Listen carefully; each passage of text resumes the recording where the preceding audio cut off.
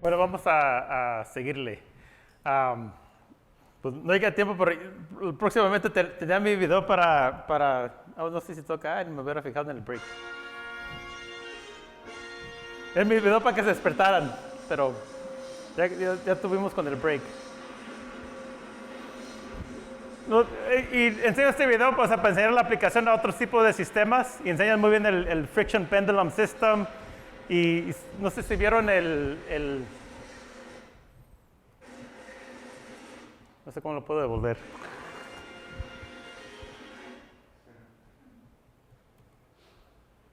Es un péndulo de experimentos en Buffalo, pero se compara, por ejemplo, un sistema aislado a un sistema no aislado. No se ve la diferencia en la vibración, ¿no? En el efecto de aislamiento y el Friction Pendulum Bearing. Es una compilación de ensayos de la Universidad de Buffalo, ¿no? De diferentes muchas cosas. Yo ni me acuerdo qué más tiene, pero tiene muchos ensayos interesantes de componentes, así como de cosas de estructuras. Y se ve ese es con tres dimensiones. Ese no es aislado, pero más enseña el comportamiento de techo falso. Y ahora un puente aislado. Pero, no muy exciting, por decir, no se mueve mucho. Y estas son storage racks que, como no sé, digo aquí como la casco, por decir. Y esas son fijas y luego también se desarrollaron unas aisladas que no sé si tengo el video de aisladas, pero que mejoró bastante el comportamiento, ¿no? De estas. Así que cuando anden en la casco, cuidado cuando llegue el sismo. Y también aislamiento de equipo, ¿no? Ese es aislamiento vertical, así para la vibración, así como tiene aislamiento horizontal para shaking, ¿no? Diferentes tipos de aplicaciones de aislamiento. Tenemos unos pruebas aburridos que no se mueve mucho ahí, pero y de las cosas que se han probado con aislamiento.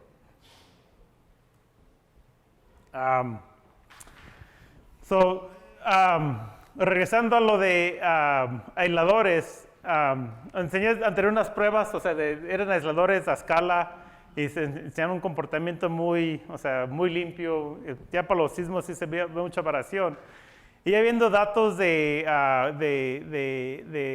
aisladores probados a escala natural,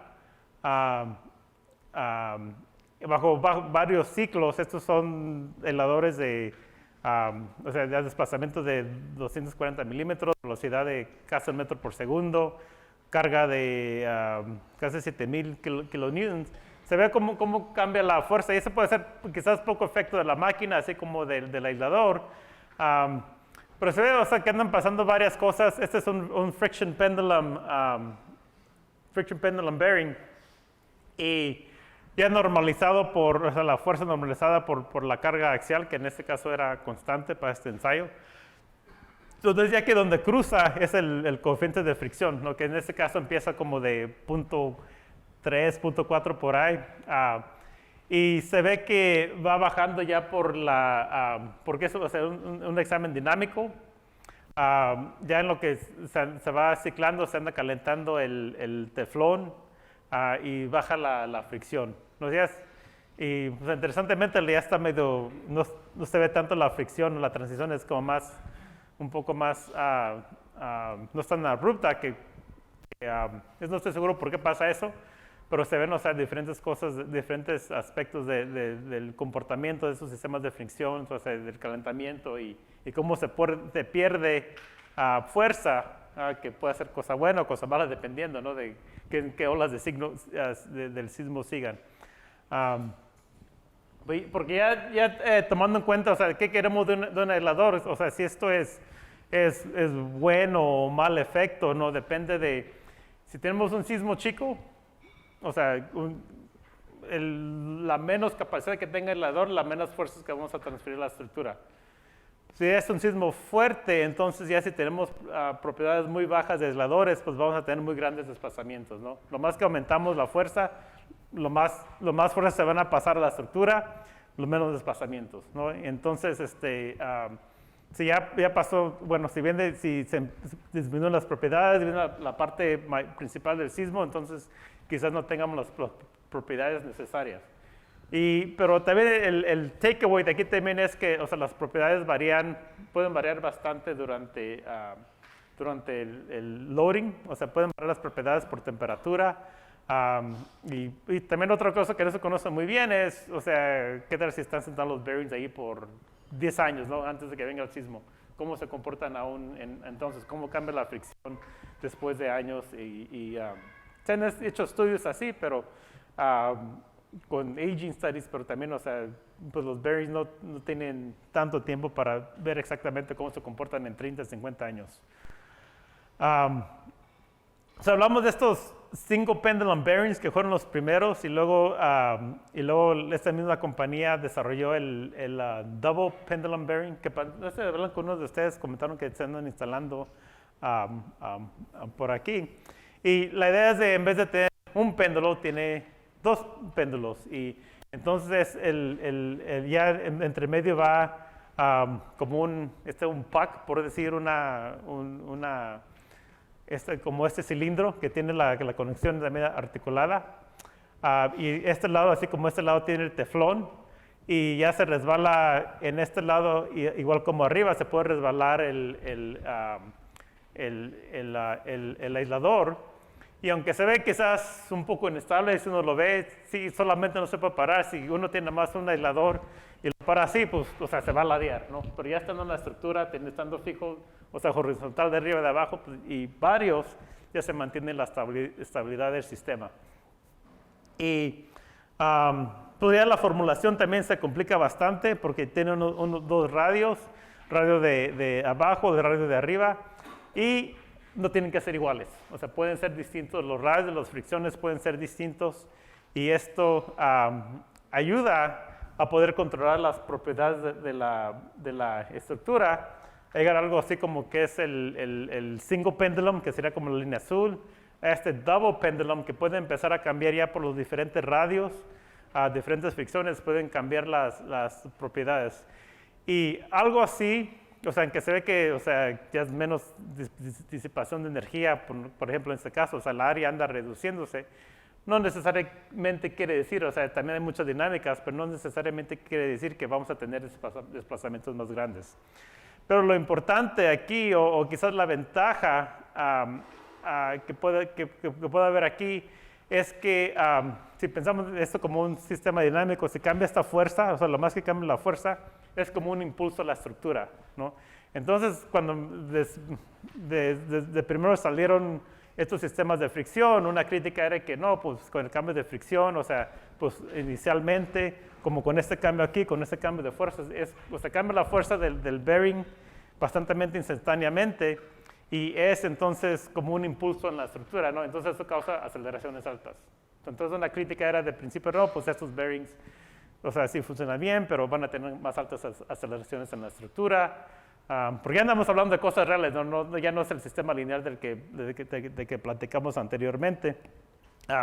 Esta alta rigidez inicial puede pasar a muchas aceleraciones. Entonces la ventaja que tiene aquí es ya si se reduce esta rigidez y la transición es más suave, entonces se pueden reducir un poco esas aceleraciones, ¿no? Es una de las ventajas de esto, y o sea, ya se puede ir cambiando más y más el bearing, ¿verdad? Para tener, o sea, un poco más de ese comportamiento, menos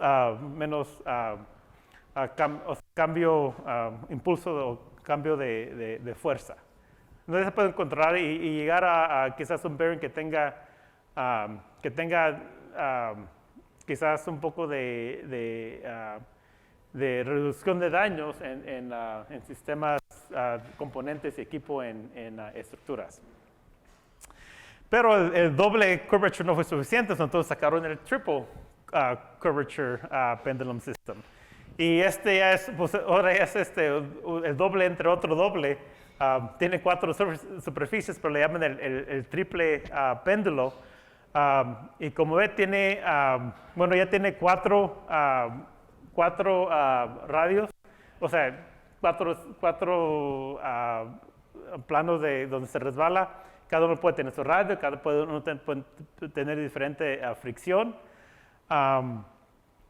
Y ya se puede controlar cómo se mueve el sistema. Y lo interesante de este sistema, dado que se pueda controlar la fricción a ese nivel, es que ya uno puede controlar cómo se comporta quizás en un sismo pequeño, como un sismo ya más extremo, ¿no?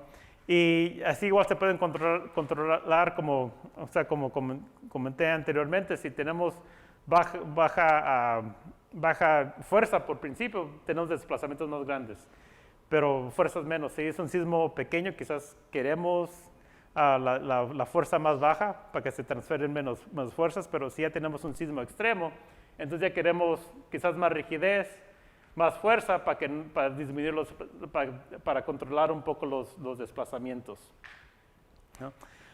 Entonces también esto, o sea, uno de estos aisladores, pues así por su cuenta, sí es como, o sea, pues fácil se cae, no pasa, es inestable, pero ya estando en la estructura con peso y todo, ya se mantienen estables ese tipo de sistema.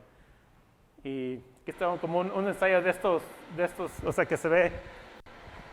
Lo que se ve ahí el slider de entre medio, todavía se ve medio borroso acá en la pantalla, pero se ve, o sea, el slider dentro del otro slider, y cómo sube y baja, o sea, el péndulo, la moción de péndulo, cómo sube y baja la estructura por encima.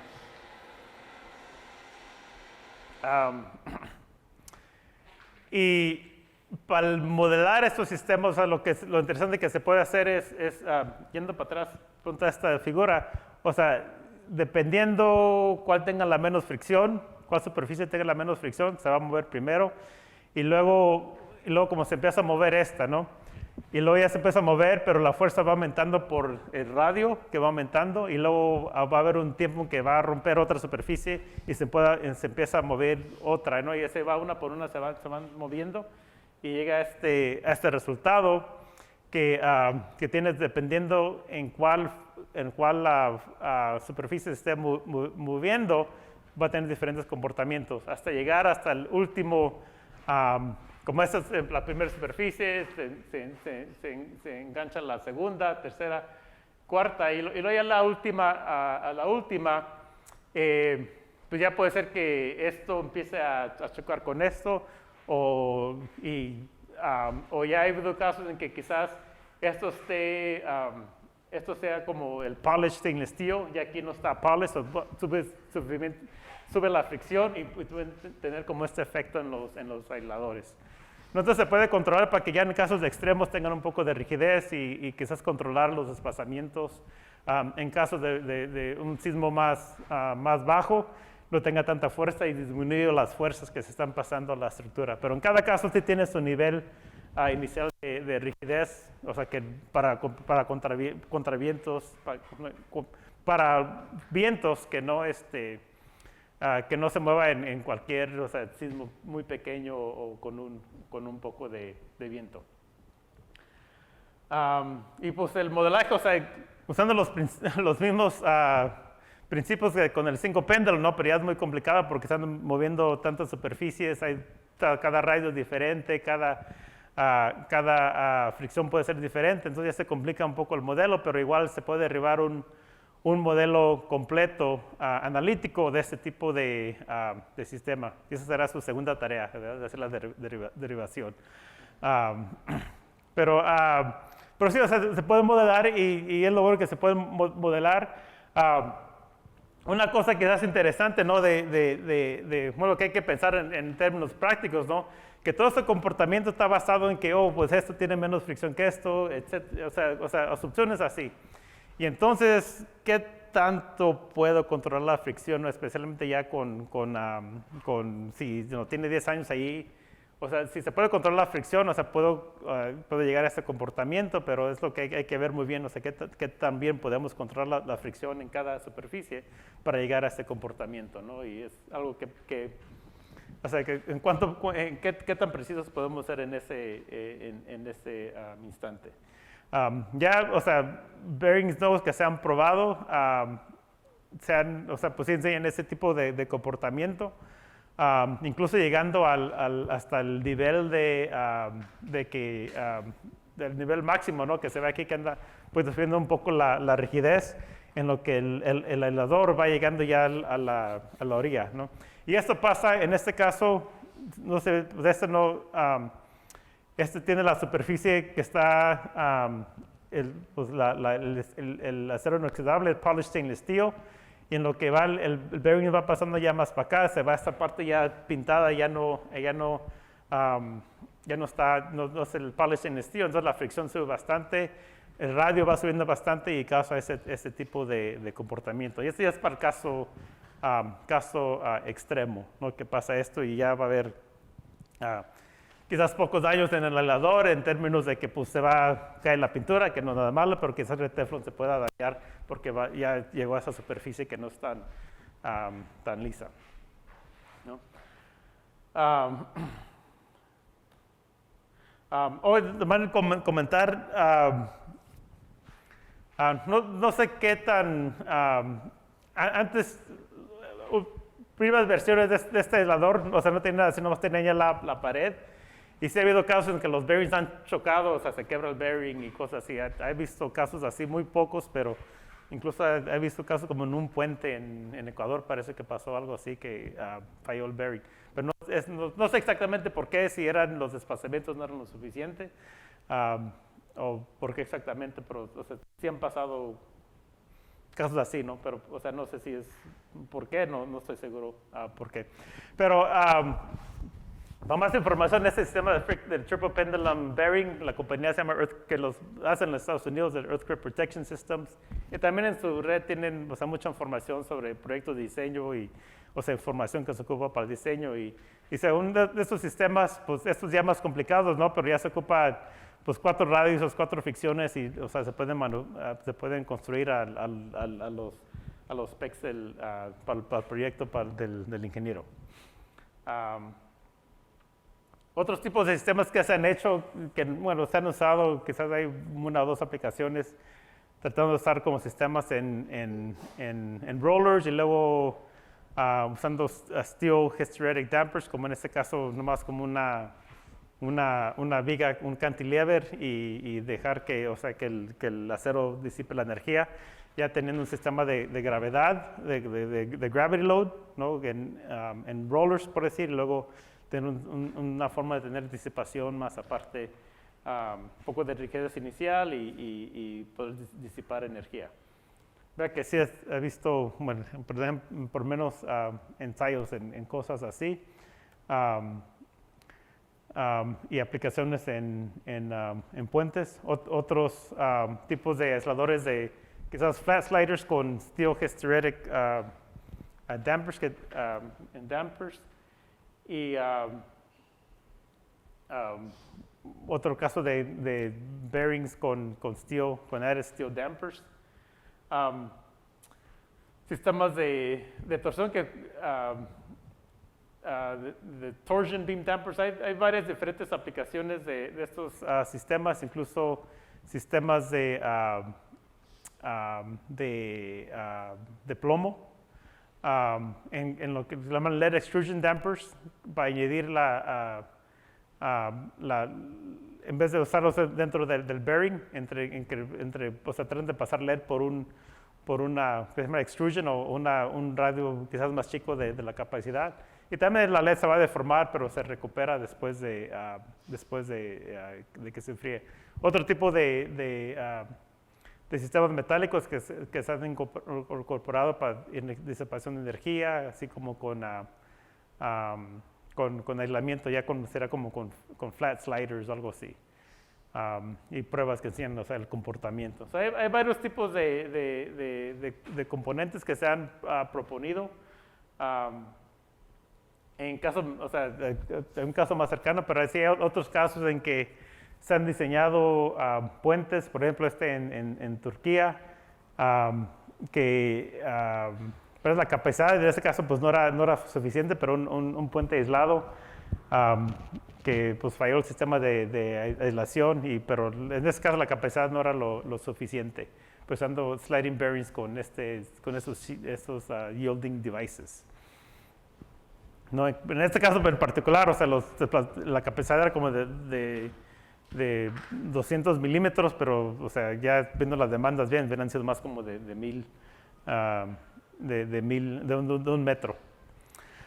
Otros tipos de sistemas que se han instalado, estos en Japón, hacen muchas variaciones. Esto es como un natural rubber bearing o un low damping bearing con hysteretic dampers, U-shaped dampers para disipar energía. Las diferentes combinaciones que se han hecho de estructuras,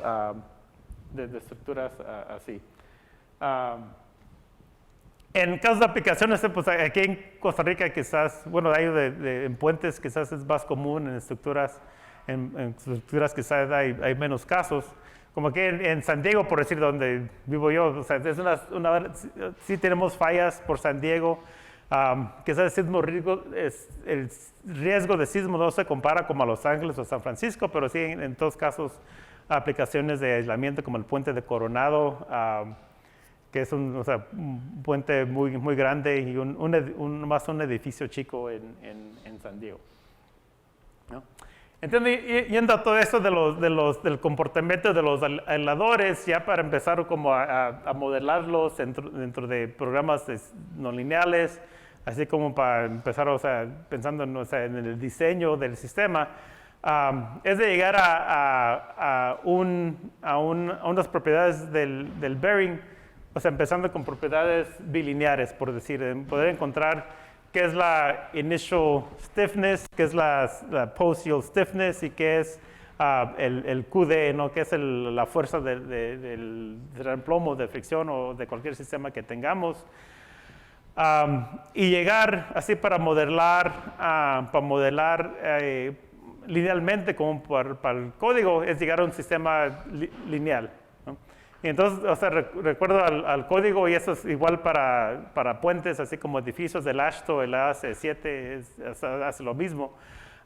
Y es de llegar a la rigidez lineal, que va del punto máximo a desplazamiento, a la fuerza correspondiente. Y si andas sacando uno de esto de datos experimentales, pues quizás puede haber un poco de outcenters, donde va de pico a pico y ver o sea, qué es la rigidez. Y el damping, así como comentamos anteriormente, es de buscar primero la área en el aislador, la área histerética de energía de disipación, y poder convertirla en equivalent damping, o sea, ya tomando en cuenta que tenemos una frecuencia y una amplitud, y la frecuencia es igual que la frecuencia natural del sistema aislado, ¿no? Entonces ya podemos llegar a una rigidez y un damping ratio, ¿no? para el damper.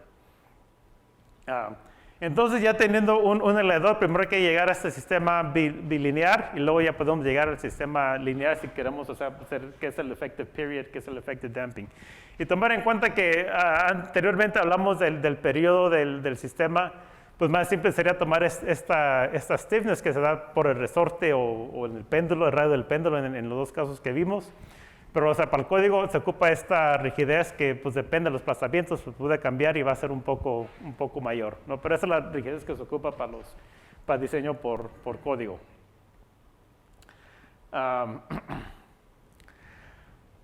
Entonces,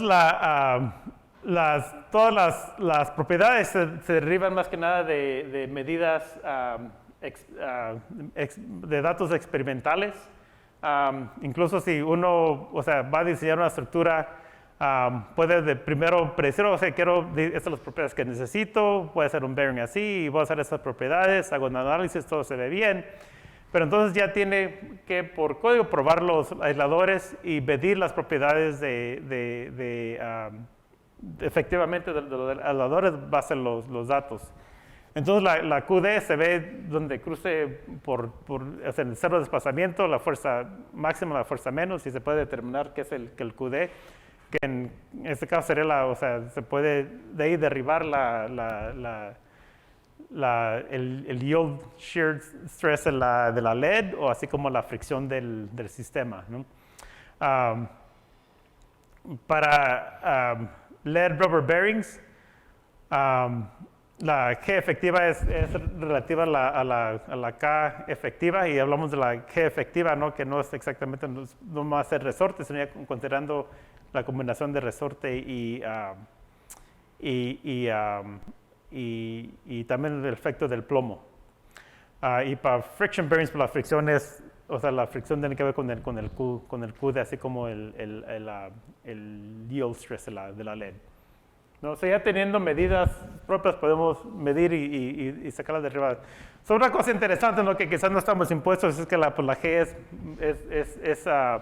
es propiedad del material, ¿no? Y pues sí, pero aquí, o sea, medimos el bearing y luego calculamos la G, que depende, entonces va a depender del desplazamiento. Estos son, por ejemplo, LED rubber bearings a 50, 100, 150 y 200% shear strain. Y si vamos viendo, por ejemplo, la rigidez aquí, la rigidez allá, la rigidez aquí, o sea, la rigidez aquí, dependiendo, porque el sistema no lineal lo andamos convirtiendo al sistema lineal. Entonces, la rigidez, así como el damping, va a depender en el nivel de desplazamiento. Entonces, todo esto se tiene que, por código, se tiene que calcular al desplazamiento de diseño, ¿no? Entonces, aquí estamos otra vez en ese problema de iteración, ¿no? Que, bueno, ocupo las propiedades del aislador para calcular el desplazamiento, pero las propiedades del aislador dependen en el desplazamiento. Por eso es un sistema iterativo. Y aquí se ven, o sea, ya haciendo los cálculos, ¿no? Dependiendo del nivel. Otra cosa que notar, que quizás no mencioné del LED, es si ven, o sea, el espesor de cada gráfico, o sea, quizás va cambiando, ya se va nivelizando a los shear strings más altos. Pero, o sea, el Q es muy pequeño para el LED en la primera parte, o sea, se trata de calcular el shear strain, yield shear stress del LED, o sea, da muy diferentes valores que también, o sea, se consideran propiedad del material. Y eso tiene que ver con un comportamiento que se ha visto como un strain hardening, así que no se habla mucho, pero que se ve como un strain hardening effect que tiene el plomo. Entonces, ya dependiendo del shear strain, ¿no? Y o sea, estos aisladores, es datos de aisladores de escala, pero se ven en todos los aisladores, bueno, a diferentes grados de variación, pero se ve que el LED yield stress, o sea, va cambiando por la amplitud depende en qué es la amplitud de los ciclos. Igual como el G efectivo, ¿no? Va cambiando y este va bajando por más grandes desplazamientos. Igual como la disipación, o sea, el effective damping ratio, por decir, del bearing, ¿no? Las propiedades horizontales, o sea, van cambiando con la amplitud. Entonces hay de encontrar, o sea, qué desplazamiento tenemos para nuestro diseño, ese desplazamiento que calcular las propiedades correspondientes a ese desplazamiento. Hablando un poco del comportamiento vertical de los aisladores, esta es una prueba vertical de un aislador en compresión. Entonces se ve como la rigidez como sube y luego como baja, y pues dependiendo en la carga que tengan inicialmente, no va a decir más o menos, se ve que la rigidez vertical, esto es desplazamiento vertical sobre fuerza vertical. Estamos viendo vemos que la rigidez, o sea, cambia dependiendo en la carga que tengamos, ¿no? Entonces, o sea, muy complicado de modelar, ya depende de cuánta carga tenga el aislador, se puede más o menos derribar qué es la rigidez para si queremos modelar ese componente en el análisis, ¿no? Pero también se puede conseguir hay teoría, pero más que nada se consigue de datos, ¿no? En En tensión, como comenté antes, sí tienen un poco de capacidad los aisladores en tensión, pero también un poco limitada, ¿no? Es ya cargando un aislador en tensión, se va cargando y ya en la tensión se empieza a romper el resorte y pasa lo que se llama cavitation, y entonces va fallando el resorte y llega ya un pulsional strength, y ya eso ya es, o sea, daño que se le anda causando al aislador, y pues igual se puede, ya aumentando el desplazamiento, pues al fin se puede romper. Entonces la idea de especialmente tensión, o sea, como el sistema de fricción no tiene nada de capacidad pues ese se levanta, no tiene nada de capacidad de tensión, pero un sistema de resorte sí tiene capacidad, pero la idea es de tratar de que no llevar los aisladores a que tengan tensión. O sea, ese es el intento lo prefiere la intención del diseño. Ya si tienen un poco de tensión, entonces los aisladores se tienen que probar para ver que tengan la capacidad. Pero como, o sea, el comportamiento no es muy, o sea, no, es muy como sensitivo. La primera opción es que no lleguen a tensión.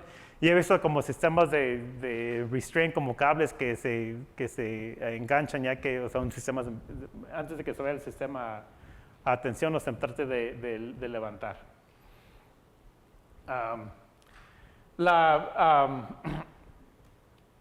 Pues otra cosa que considerar es, o sea, los aisladores y el pandeo de los aisladores, no es resorte, y especialmente empezando del punto neutral, o sea, tienen una capacidad de carga. Entonces hay teoría en cómo se puede calcular esta carga para llegar a como una Euler buckling load ajustada por ser resorte y layers de resorte, ya basado un poco en experimentos. So hay teoría de cómo se puede calcular esta buckling load.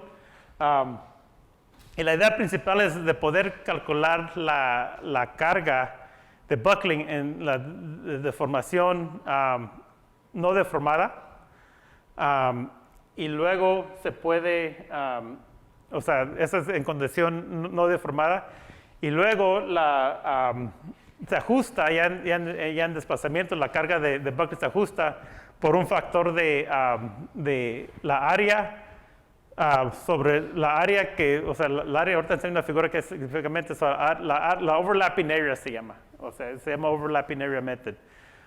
Y este método se ha usado bastante para estimar la capacidad de un bearing bajo varias cargas axiales.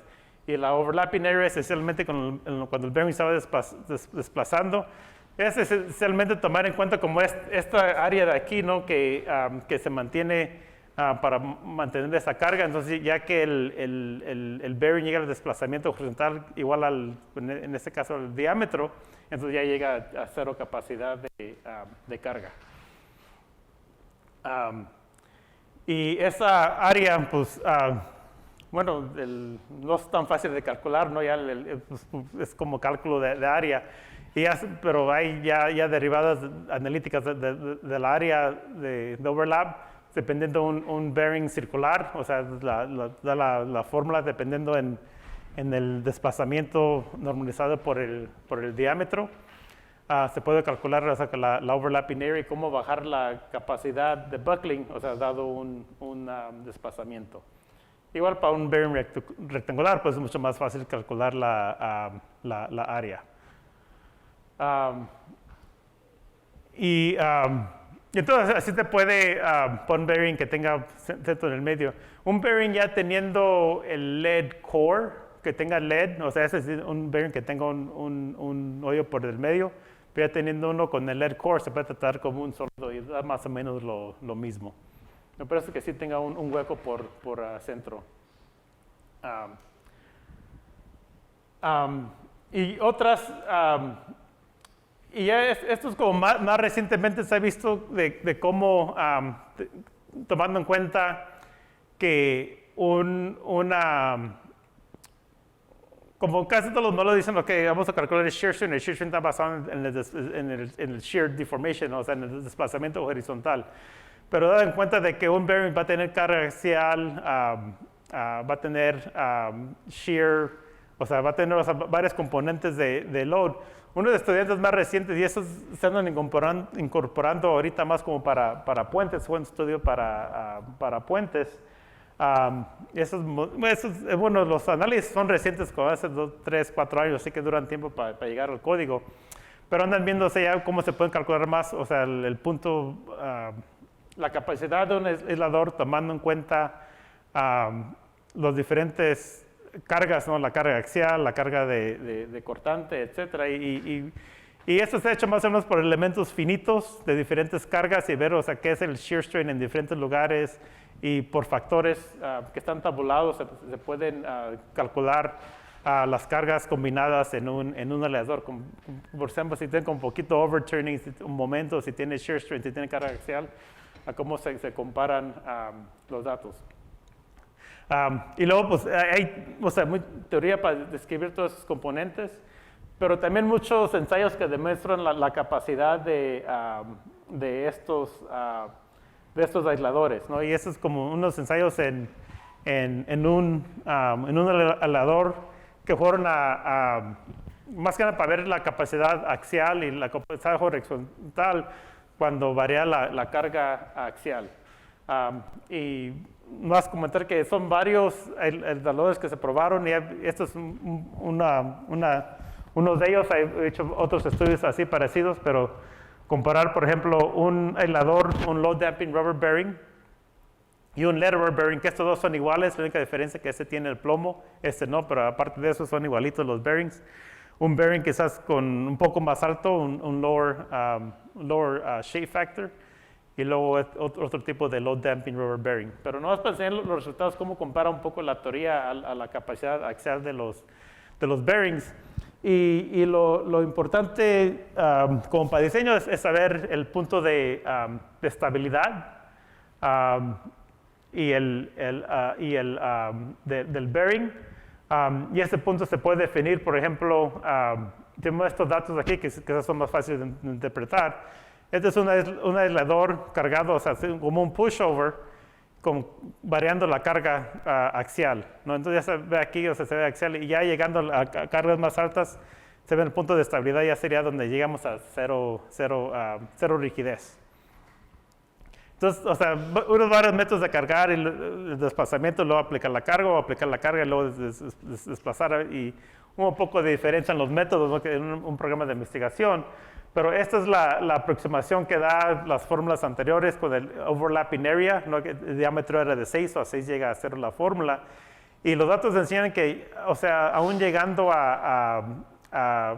sea, el diámetro igual que el desplazamiento, los bearings todavía tienen un poco o sea, muy poca capacidad de carga, ¿no? Pero siguen teniendo poca capacidad de carga, ¿no? Entonces, esta es la ecuación que se usa más para diseño, porque es considerada conservativa, ¿no? O sea, estos datos enseñan eso, igual como otros datos han enseñado, que ya hasta cuando llega a 0, o sea, a 0 overlapping area, todavía tiene un poco de capacidad los bearings a llegar al punto de estabilidad. O sea, como se mide experimentalmente. ¿Qué otros datos de interés? Quizás esto es comparación de los bearings con o sin lead, y vemos que el plomo tiene, o sea, no tiene efecto en la estabilidad del sistema. O sea, si comparamos con o sin plomo, o sea, el plomo no se considera para la estabilidad. Y pues, no sé si tenga, quizás no sé si tenga fotos listas, pero quizás pueden ser unas fotos donde se han rompido los bearings, se enseña que la lead, o sea, la lead se vuelve casi fluida, ¿no? Y, o sea, tiene muy poca capacidad. Se sigue deformando y sí tiene disipación, pero muy poca capacidad. Es más que nada por el confinement de la lead, que sigue disipando energía. Igual para saber un poco más de la capacidad de los bearings, o sea, qué capacidad tienen, cuánto pueden tomar en términos de carga y todo eso. Y lo que los datos enseñan, estos son todos los datos que encontramos sobre bearings que se habían hecho al punto de estabilidad.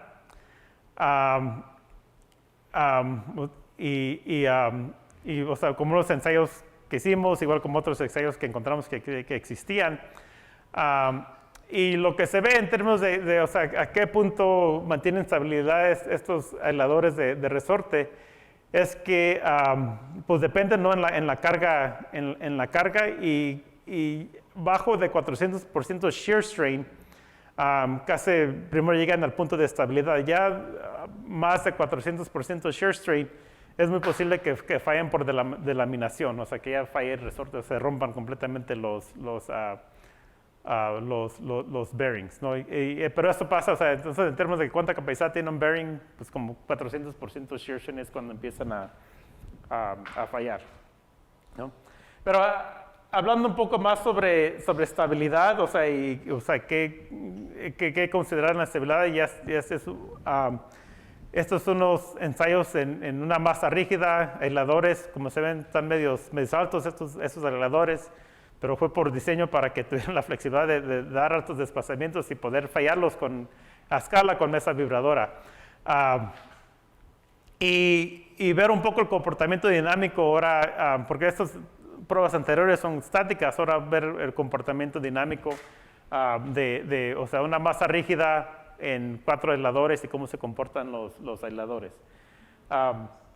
Entonces, viendo la respuesta bajo un sismo, este es un récord de el Erzincan, no me acuerdo qué año ocurrió ese sismo, pero un sismo, y viendo los diferentes bearings, ¿no? Y viendo el comportamiento, o sea, tienen diferentes cargas axiales, y se ven que, o sea, estos bearings, por decir, aquí pasan ya a su punto de estabilidad, o sea, ya tenemos como negative stiffness por cada bearing, pero se recuperan y todavía funcionan más o menos bien, ¿no? Ya aumentando la amplitud, cosas interesantes que se ven es que unos bearings, o sea, llegan a desplazamiento de cero, fuerza de cero en grandes desplazamientos, o sea, pasando el punto de estabilidad bastante, en todos los casos, ¿no? Y hasta llegan a fuerzas negativas, o sea, del P delta, muy probable del P delta, el efecto P delta, y todo el sistema, ¿no? Completo, ¿no? Los 4 bearings del sistema completo llega a cero resistencia, ¿no? Pero pero aquí se ve como que rebota el sistema y se devuelve a la posición neutral. Y después de eso ensayos, los bearings, o sea, no cambiaron mucho, ya haciendo como sistemas de ensayos de monitoreo, como un impulso para ver, o sea, las propiedades del sistema, y calcular, como ejemplo, las propiedades como el shear modulus y el damping ratio. Y estos son, o sea, datos tomados, el mismo ensayo tomado, pero entre medio se hacen los sismos, los eventos de sismos. Y se ve que este es el que, o sea, el punto que pues, casi falló el sistema, no llegaba a cero resistencia, y eso está escalando de 0.28 a 0.33. El módulo cambia de 0.32 a 0.29 por ahí, ¿no? O sea que el cambio de propiedad del bearing, o sea, ya llegando a tal nivel de desplazamientos, cambia muy poco, ¿no? Y igual vemos el damping ratio. O sea, con el último ensayo sí se ve que cambia bastante, pero ya el damping ratio también va de 0.69 a 7.8, o sea que, o sea, se ve mucha variación en el plot, pero es por la escala, ¿no? O sea, que tomando en cuenta que la escala que va de 0.68 a 8, ¿no? Pero, o sea, el porcentaje de cambio es muy, o sea, 10%, 15% en las propiedades, ya llegando al nivel de, pues que, o sea, ya que se considera en varios casos de que podrían considerar que fallan. Igual comparando todos los casos estáticos con los dinámicos, pues sí queda y tomando en cuenta que el método de overlapping area es conservativo, ¿no? Y dado cuenta a ensayos estáticos como dinámicos. Y lo que pasa para explicar un poco más el sistema dinámico de lo que anda pasando aquí, es lo que pasa es que como el bearing como se acuesta y la estructura como rebota de la estructura. Y se ha enseñado aquí, igual como los ensayos en puentes en Reno, enseñaron lo mismo. O sea que el bearing se acuesta, la estructura como se cae y rebota y el bearing se para otra vez y sigue como si nada, ¿no? Se enseña un poco la resiliencia de estos sistemas y también, bueno, tomando en cuenta que eso también tiene que ver mucho con la dinámica del sistema. O sea, si el sismo quizás tenía un impulso más grande, quizás se lo hubiera empujado suficiente para que fallara los aisladores, ¿no? Pero en este caso, bueno, no sé si por suerte o por qué, pero sobrevivieron. Y dado pues ya la complejidad del comportamiento de esos sistemas, desplazamientos muy grandes, o sea, ya hay modelos de tratar de modelar y capturar todo este tipo de comportamiento.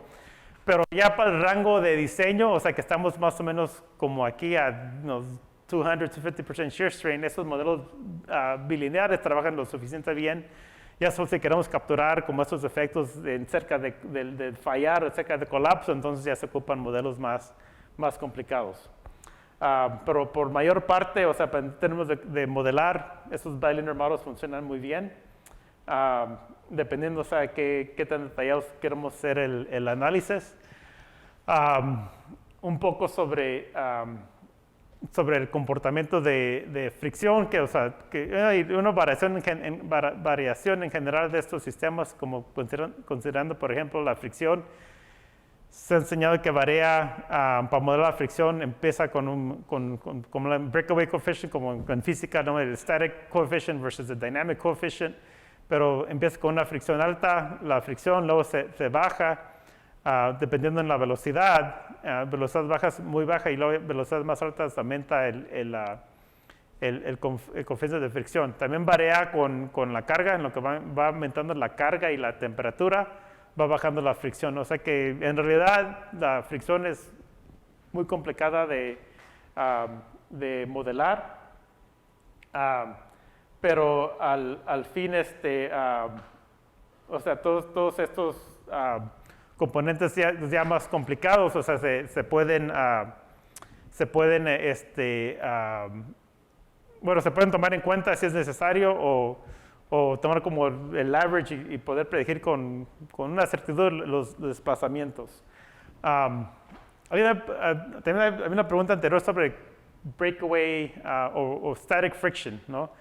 Y en este caso lo que se ha visto en ensayos es que como este es uno de los primeros tests en un aislador nuevo, ¿no? Y lo que se ve aquí es cuando de primero rompe el aislador, ya algo nuevo que esté sentado ahí por un tiempo, sí tiene un alto coeficiente de fricción. Aquí se ve el primer pico donde rompe se empieza a resbalar y ya se resuelve. Ya para el segundo test, ya no se ve tanto, ¿no? Este primer pico. Sí hay lo que llama el breakaway friction y está correlacionado con el load draw, cuánto tiempo tiene sentado, la fricción, o sea, pero también este pico depende del desplazamiento, no se pasa mucho a la fuerza máxima de la estructura, ¿no? Y esas son variaciones de los sistemas que hay que considerar y vamos a hablar un poco de cómo se considera toda esta variación en el diseño y es por lo que le llaman property modification factors.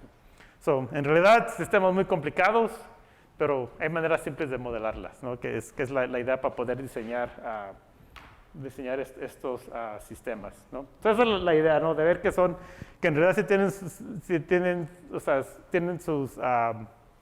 sus dificultades, ¿no? Sus comportamientos difíciles, pero al final, para rango de diseño, o sea, es suficiente, modelos simples son suficientes para capturar el comportamiento de estos sistemas.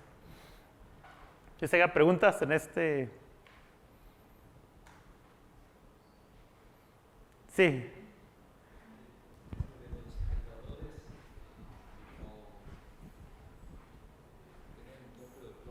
Ajá. Ese tipo digamos, en mi edificio, ¿será necesario colocar uno en cada columna? ¿El plomo, dice? O? No, el aislador. ¿El aislador? Digamos, si tengo un edificio con N columnas, ¿será necesario poner uno en cada uno o podría manejar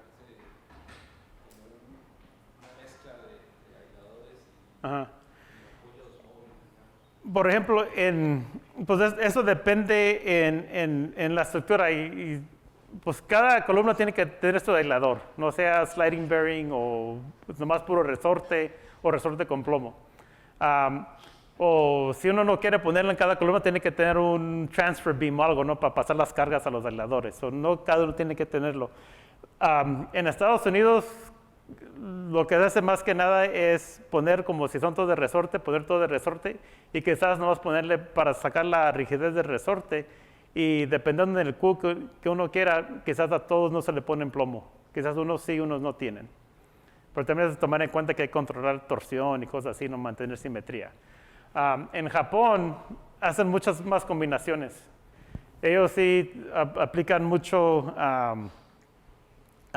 como combinación de elastoméricos, o sea, de low damping bearings, con sistemas de pura fricción. Y quizás la ventaja de hacer algo así es que quizás componen los de fricción como al perímetro, porque tienen más capacidad para la carga axial. Y los otros están como más centrados, no es como para restoring force, no para recentrar la estructura. Entonces, como flat sliders, por una curva no se puede poner con un rubber bearing, ¿no? Como el friction pendulum, y no se pueden mezclar por la incompatibility vertical. Pero ya un rubber bearing, aunque sí baja poquito, o sea, tomando en cuenta que quizás tengas poquita flexibilidad, se pueden combinar con friction sliders. Y sí, esas combinaciones en Japón son muy comunes. Y aparte le meten amortiguadores, activos, pasivos, hacen de todo. De muchas varias combinaciones. Pero si no, todos tienen que tener las mismas propiedades. Es como en un proyecto, bueno, más como en Estados Unidos, que tengan quizás dos tipos de aisladores para los afueras que tienen menos carga y para adentro, algo así. Yeah. Con un proyecto que andaba trabajando en plantas nucleares, o sea, la distribución era muy desuniforme, ¿no? Dependiendo en dónde había más peso. Y digamos, si es una columna concreta, ¿cuál sería como el detalle típico de unión entre las varillas de refuerzo de la columna y la placa superior del aislador?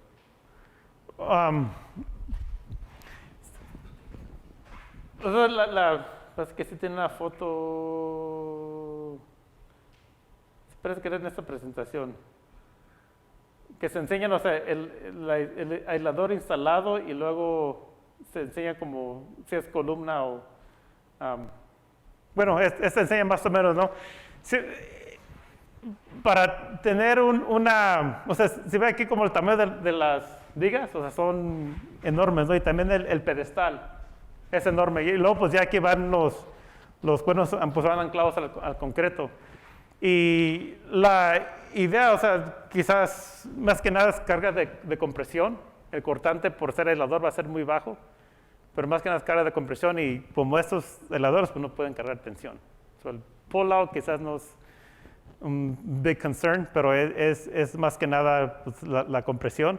Y la otra cosa, el espesor de las vigas y todo, y del pedestal es mantener más o menos un sistema rígido. O sea, que tengan tener rigid diaphragm. Quizás el diseño aquí se controla más por la rigidez que ni por fuerza. No sé si contesté su pregunta, o andaban preguntando el anclaje o de. Sí, digamos, las barras de refuerzo de la columna llegan y van soldadas o van unidas con algún tipo de conexión. Pues me imagino que estos son suficientemente gruesos para que se anclen y han de tener, bueno, detalles. Los detalles no soy exactamente cómo le hacen, pero pues ya va a ser el joint aquí, ¿no? Y tienen que ver las baterías, me imagino que se van a doblar aquí en el joint. ¿No? Pueden tener como coupler ends, headed bars o algo así, porque es donde termina la columna.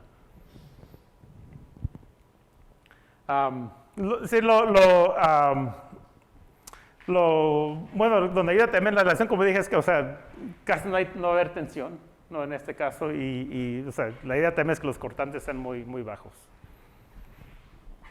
¿No se acostumbra a un sistema de backup por si acaso en algún momento uno requiere hacer algún cambio? ¿Cómo dijo? Dejar algún sistema de backup por si acaso en algún momento de la vida útil Ujú. Sí, en las primeras instalaciones de aisladores, o sea, porque querían ver eso de cómo cambian los aisladores, como sí hicieron, o sea, hicieron el aislamiento y tenían como sus 6 extra aisladores ahí y se pueden cambiar fácil, nomás con un jack se sube poquito, se saca uno, se mete otro y se atornillan y, o sea que son fáciles de cambiar.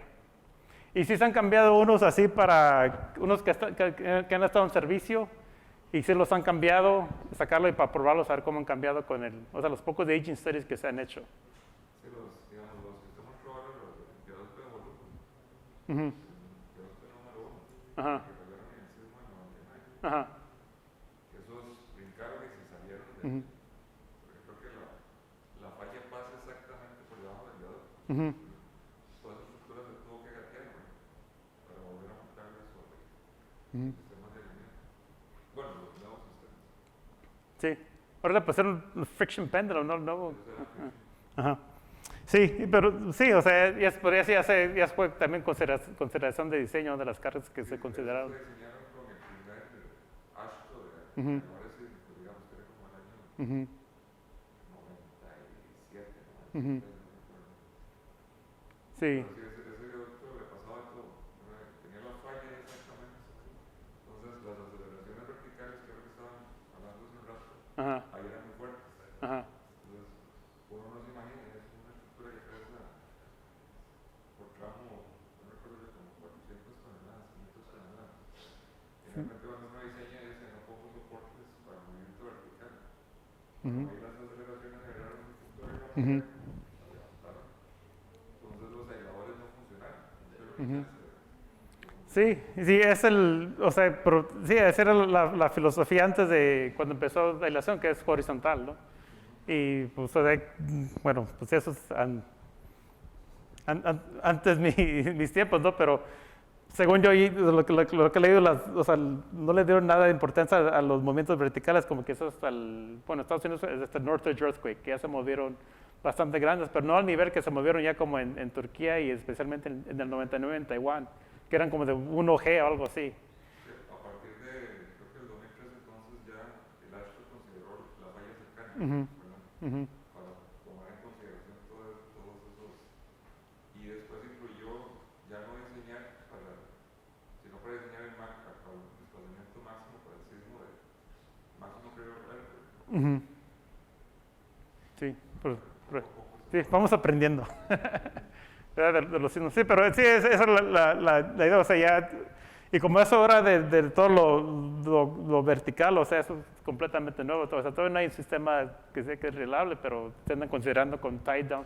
Eso de tie down se ha hablado mucho también desde que empezaron los sistemas de fricción, porque fácil se ve que no tiene nada de capacidad. y lo otro es que, digamos, aquí, si uno toma en cuenta, es decir, normalmente nos quedamos solo en la estructura, Ujú, y que si colocamos, no colocamos, no nos colocamos, pero hay una cuestión que hay que tener presente, como los desplazamientos son muy grandes, ¿verdad? Las previstas electromecánicas que quedan en la zona de la interfaz tienen que ser flexibles, ujú. ¿verdad? Todas las Tienen conexiones. que acomodar los grandes desplazamientos que Ujú, se ven ahí. ujú. Sí, ah, sí, pues, sí, todas las conexiones, si uno entra o sea, un edificio aislado, especialmente más moderno, todas las conexiones, o sea, casi son una conexión de U, ¿no? Que sí, son de líquido o de alambre, o sea, todos tienen que tener la capacidad del diseño y ser probadas las conexiones. Sí veo me acuerdo que fui a un puente, que era pues, aquí en Latinoamérica, y que estaba aislado y se miran que los cables así pasaban derechitos. Quizás no consideraron eso y bueno, ya que después del sismo a veces se rompe. Pero eran como líneas no sé, líneas de distribución de electricidad. Pero sí, o sea, cada conexión hay que ser flexible. Por cada joint que pasa, especialmente por el layer de aislamiento. Y ya como ese pues era un puente, ¿no? Y es decir que si tenemos diferentes spans que están aislados diferentes, pues siempre puede haber movimiento relativo, ¿no? Entre las spans, así como, bueno, que están aisladas. Las montas son todo un proyecto. Ujú. Sí, es lo que como quise, ¿no? El cambio de un edificio, ¿no? Que se tiene que poner la extra slab, y eso es lo que se ha considerado que es casi el mayor costo de la construcción, ¿no? Que aunque sí, quizás la estructura no tiene que ser tan detallada sísmicamente, es la otra slab extra que aumenta el costo. En un puente, pues el cambio más que nada son las juntas, ¿no? Que las juntas tengan la flexibilidad o la capacidad para los desplazamientos que es el cambio principal, ¿no? En un puente, y pues es mucho más fácil, o sea, implementar en puentes, considerando las normas de construcción de hoy en día. Yeah. ¿Cuánto vamos de 10:30? Quisiera hablar un poco de las normas de diseño de AC7 y luego mañana vemos los de puentes, el AASHTO, y Bearing Assessments, y quizás unos ejemplos.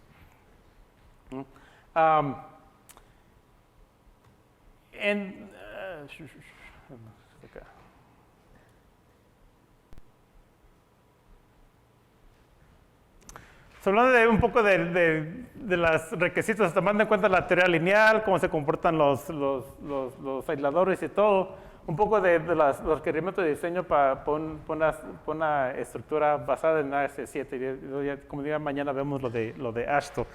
Y los métodos de diseño están basados en, hay métodos estáticos, métodos dinámicos.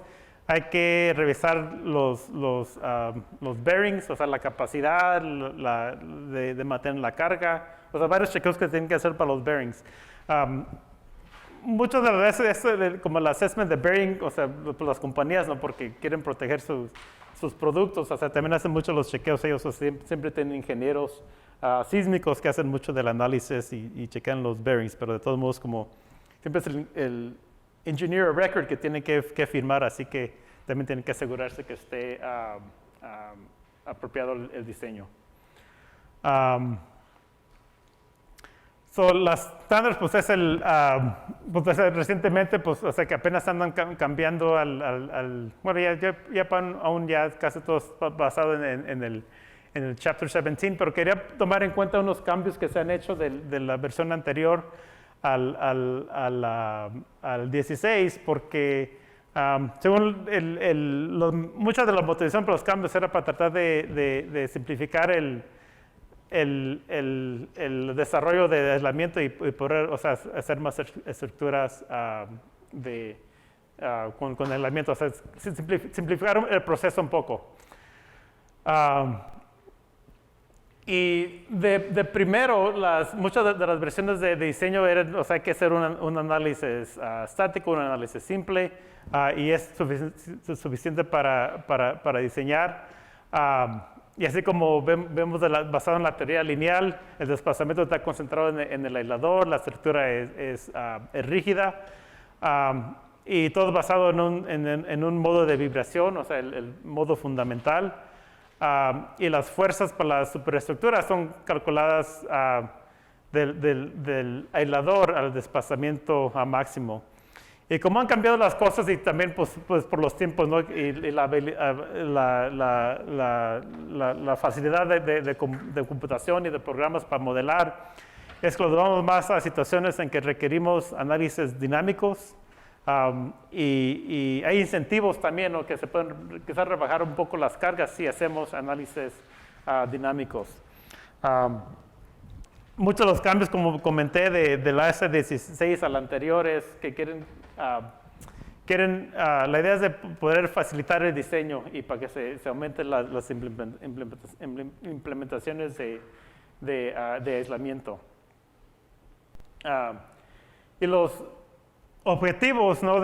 Son, pues claro, life safety, como todos los códigos, aparte de minimizar el daño bajo un sismo, o sea, son los objetivos de estas normas. Y una de las condiciones que es muy diferente a lo que es de diseñar una estructura normal, es que la estructura arriba del aislamiento se tiene que mantener lineal, o lo que le llaman essentially elástico. Y eso es que, o sea, se puede tomar, o sea, no queremos ductilidad, el factor de reducción más grande es de 2, y eso es por el overstrength, o no por la ductilidad, o sea, no se toma en cuenta nada de ductilidad. Y tiene que ser diseñado a mantener elástico al MC, o sea, un sismo de 2% de probabilidad en 50 años. Y anteriormente era se diseñaba la estructura, se diseñaba al design basis earthquake, ¿no? Que es un factor de 50%.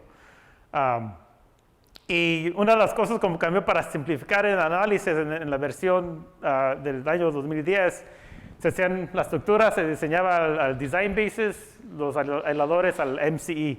Y ahora ya es todo al MCE, o sea que es una forma de simplificar el análisis. Y todo bajo del aislamiento tiene que mantenerse lineal, o sea, todo tiene factor de R1, o sea, todo bajo de la fundación, no de la fundación, por la fundación, o sea, todo lo que va abajo del aislador. Y todos los aisladores se tienen que probar al nivel de MC, ¿no? al nivel al que se diseña, se tienen que probar, verificar que los desplazamientos, la carga axial se pueda mantener a esos desplazamientos del diseño. Y debe de haber la capacidad de movimiento, o sea, que no estorbe nada a la estructura, que se pueda mover a los desplazamientos de MCE. Y que se pueda mover. Y he visto casos, bueno, no he visto casos realistas, como comenté anteriormente, de que han chocado las estructuras o que he visto impacto, pero he visto casos como en New Zealand, en el Women's Hospital, en que la wall cover se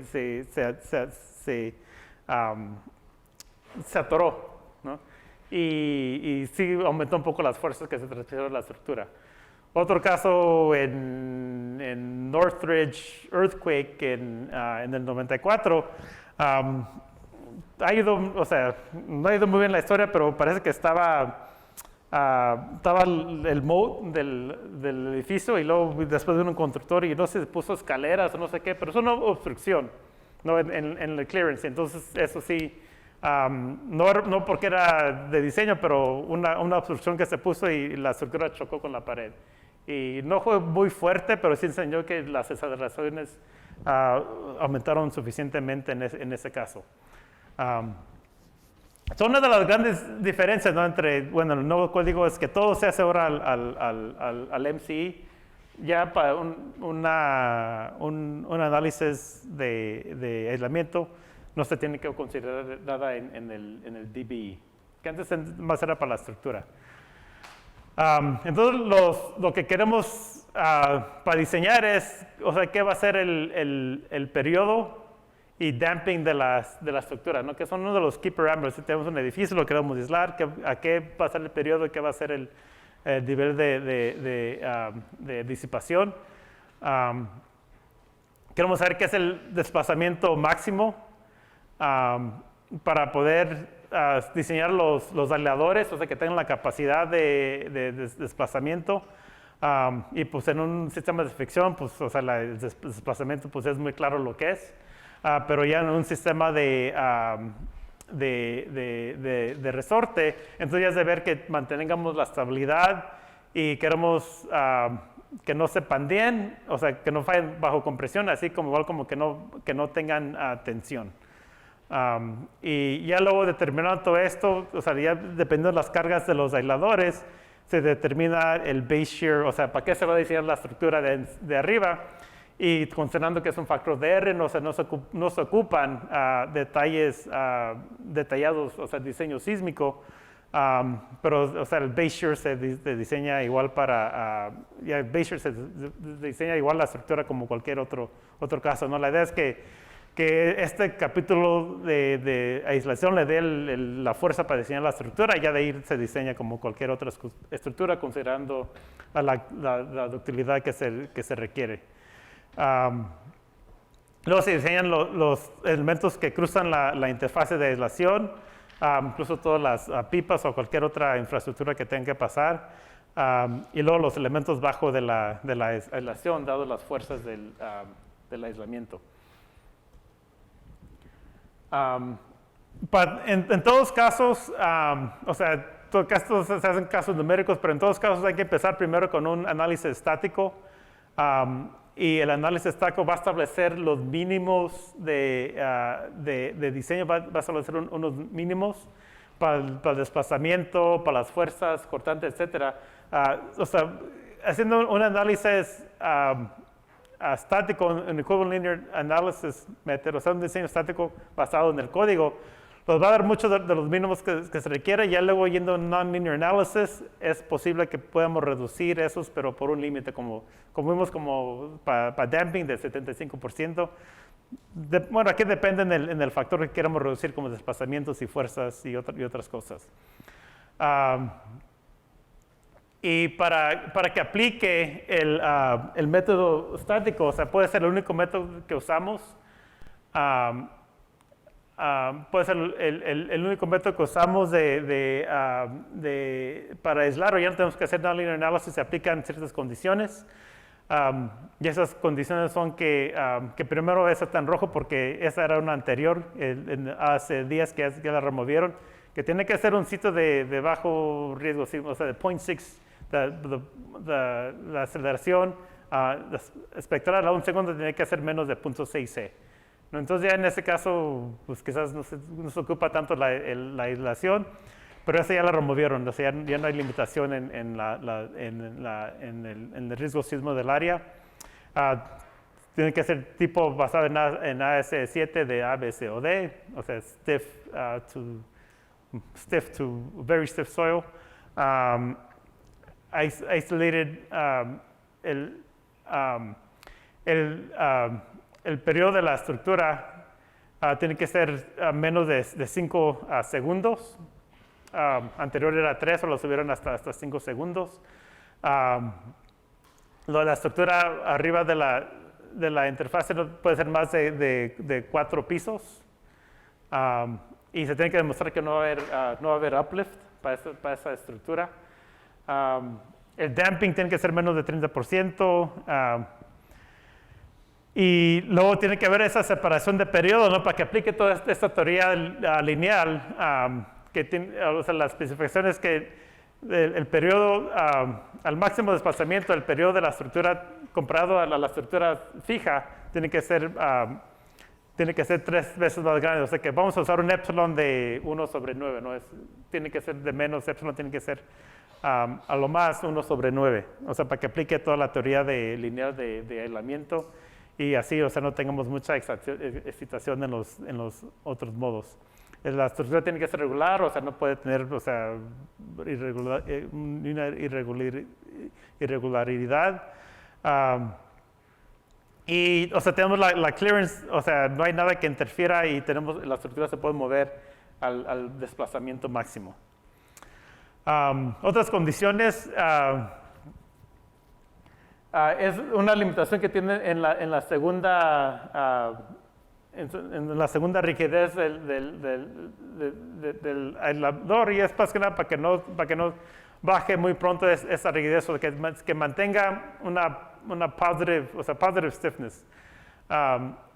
Y la rigidez, the effective stiffness del aislador, o sea, ya yendo al punto máximo de desplazamiento, el desplazamiento efectivo tiene que ser a lo menos más que un tercio del stiffness al 20% de desplazamiento.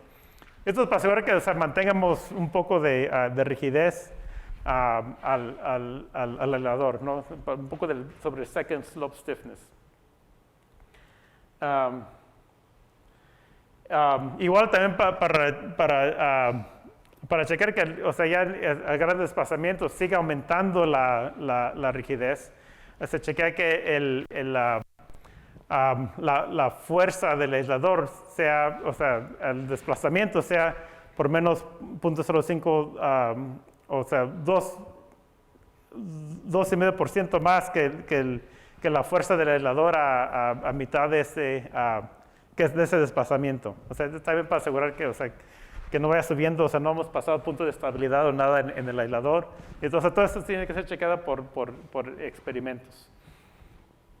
Hay unos requisitos, ¿no?, que tienen que tener las estructuras.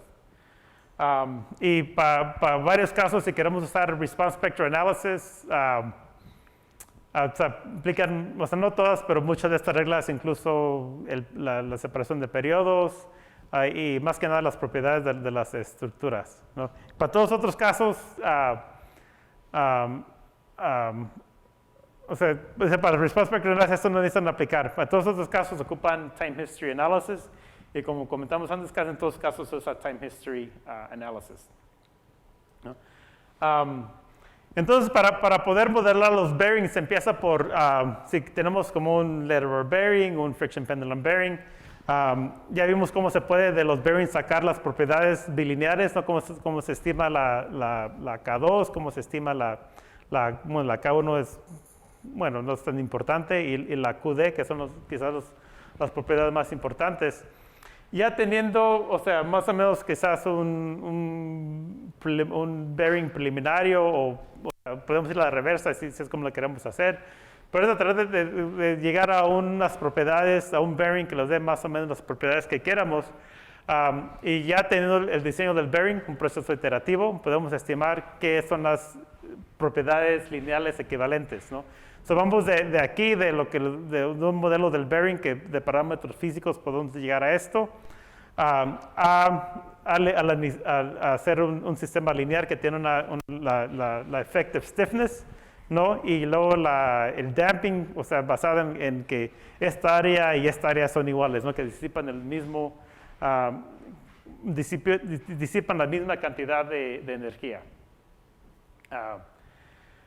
Entonces ya calculamos la rigidez, el damping, y ya podemos ir bueno, ya con la rigidez, la base de la estructura, podemos llegar al spectra y ver cómo va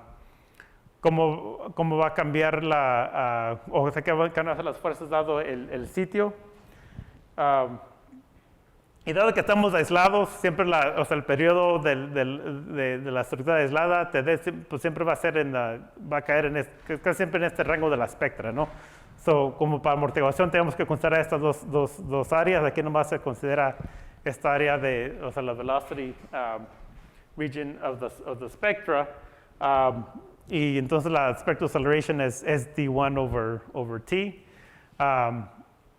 Y todo se ve al nivel de MCE, y ya podemos sacar la velocidad, así como el desplazamiento, convirtiendo pues ya la aceleración al desplazamiento, dado el spectral acceleration, el periodo de la estructura, el MCE, y bueno, ya para convertir de la spectral acceleration.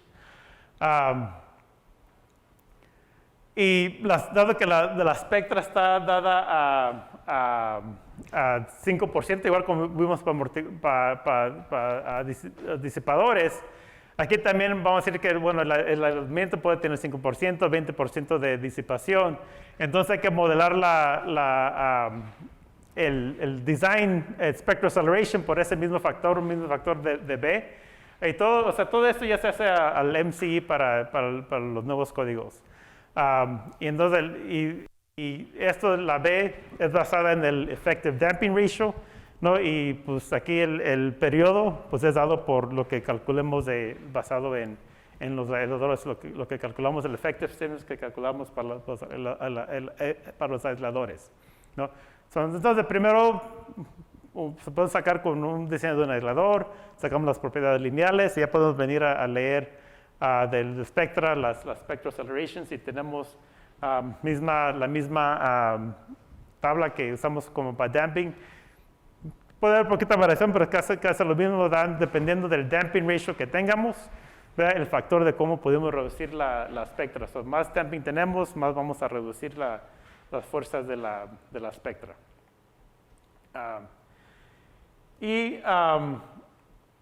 Y algo nuevo también que cambió en el 710 y ha sido más algo que ya ha estado existente por puentes en un tiempo, es de cómo se considera la variación entre los aisladores. No hablamos de que se varía con temperatura, o sea, cada ciclo se ve diferente.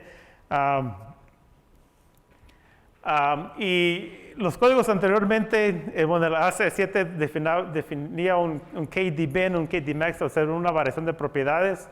Ahora, estos se consideran por los llamados property modification factors, que ya parece después vamos a hacer un poco más detalles de esos. Pero es de una forma de tomar en cuenta que las propiedades de los bearings pueden variar, ¿no?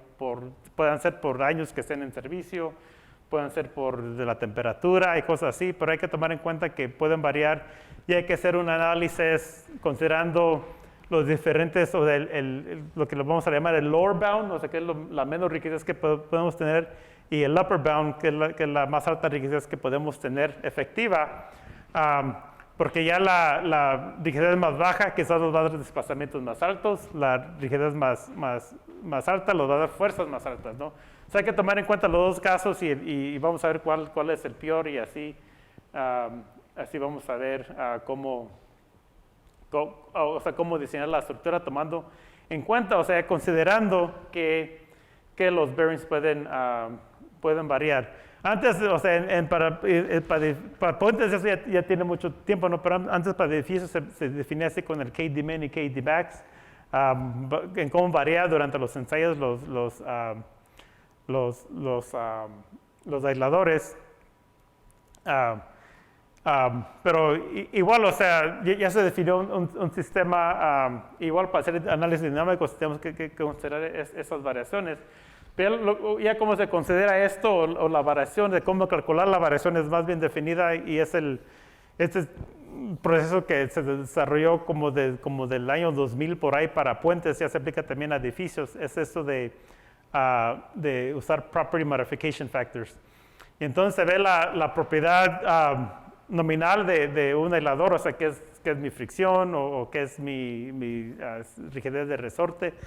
Y cada propiedad del aislador se determinan, o sea, un mínimo y un máximo, un upper bound, un lower bound. Y hay límites, ¿no? Que puede ser como para el máximo que tiene que ser más grande de 1.8, el mínimo de 60%.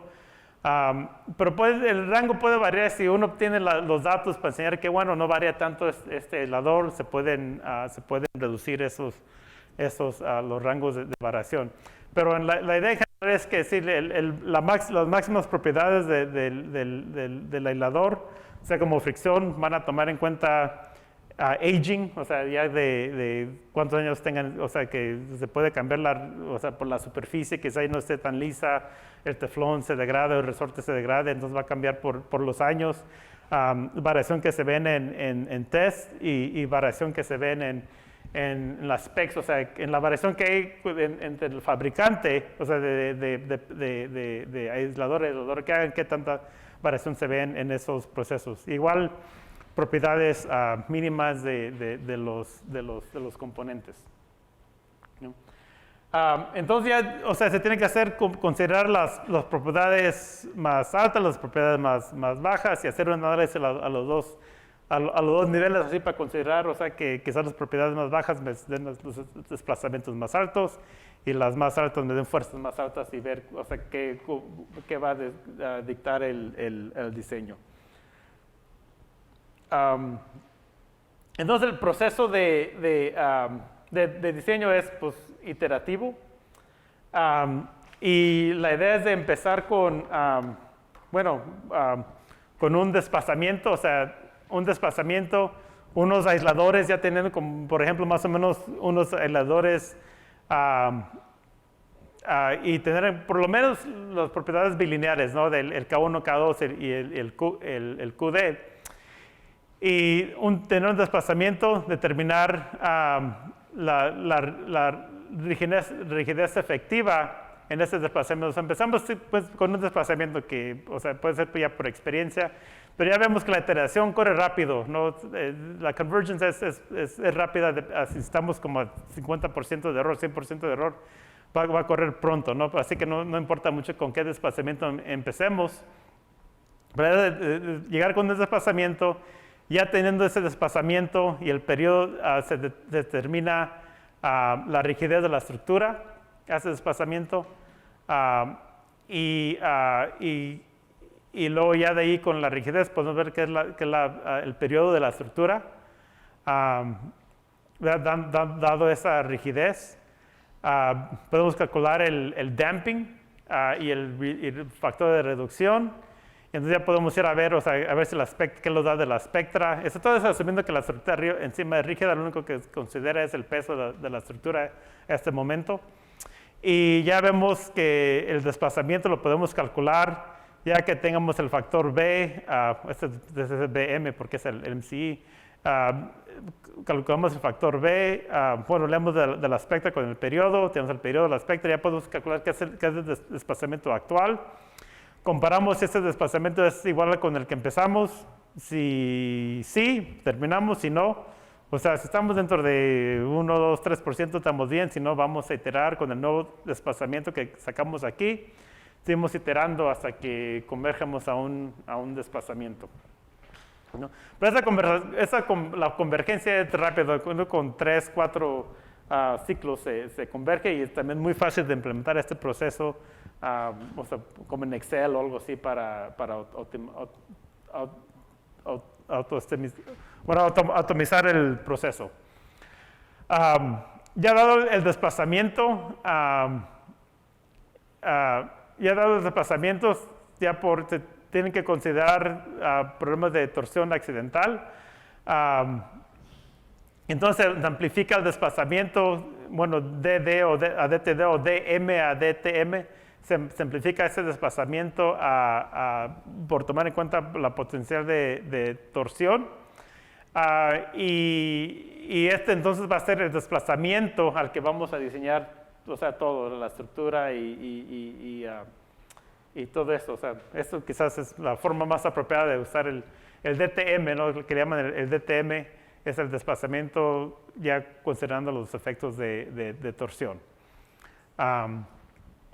Entonces te va a dictar, o sea, ese es el desplazamiento del mode, o sea, la clearance del mode, el maximum displacement del bearing.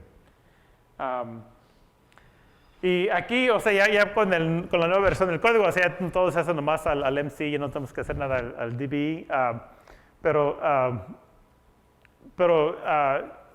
igual el diseño del aislador, o sea, todo está basado en o sea, ese desplazamiento de la espectra y considerando de torsión y de iterar hasta que terminemos el proceso, ¿no?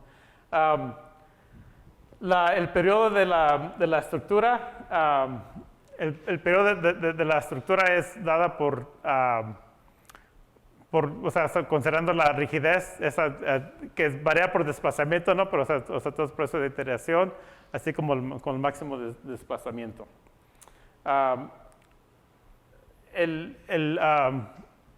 Las fuerzas para diseñar el aislador, bueno, este ya cambió, eso es del libro, ¿no? Pero ya que todo cambió a M. Pero la fuerza del aislador, de la isolation, es dado por el desplazamiento por el effective stiffness. Y la estructura arriba del aislador va a ir diseñada por, o sea, la fuerza del aislador, el cortante del aislador, que es la rigidez, la linearized stiffness por el desplazamiento, dividido por este factor de R,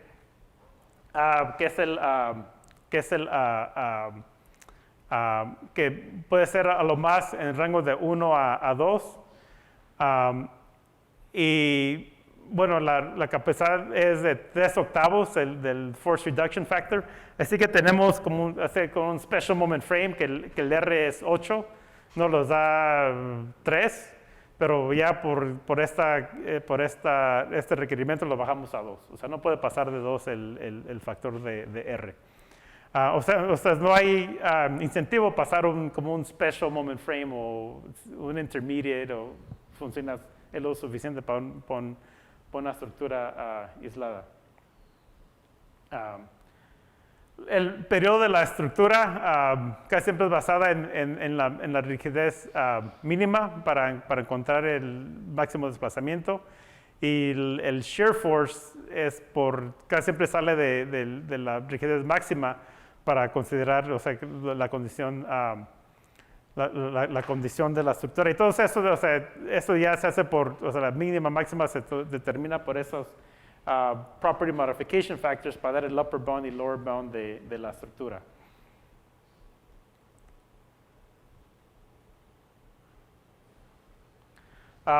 Todo bajo del aislador va diseñado a las fuerzas del aislador, o sea, aquí no hay factor de reducción, todo va diseñado a las fuerzas máximas del aislador, dando en cuenta, o sea, los property modification factors, el desplazamiento máximo y la rigidez de los aisladores.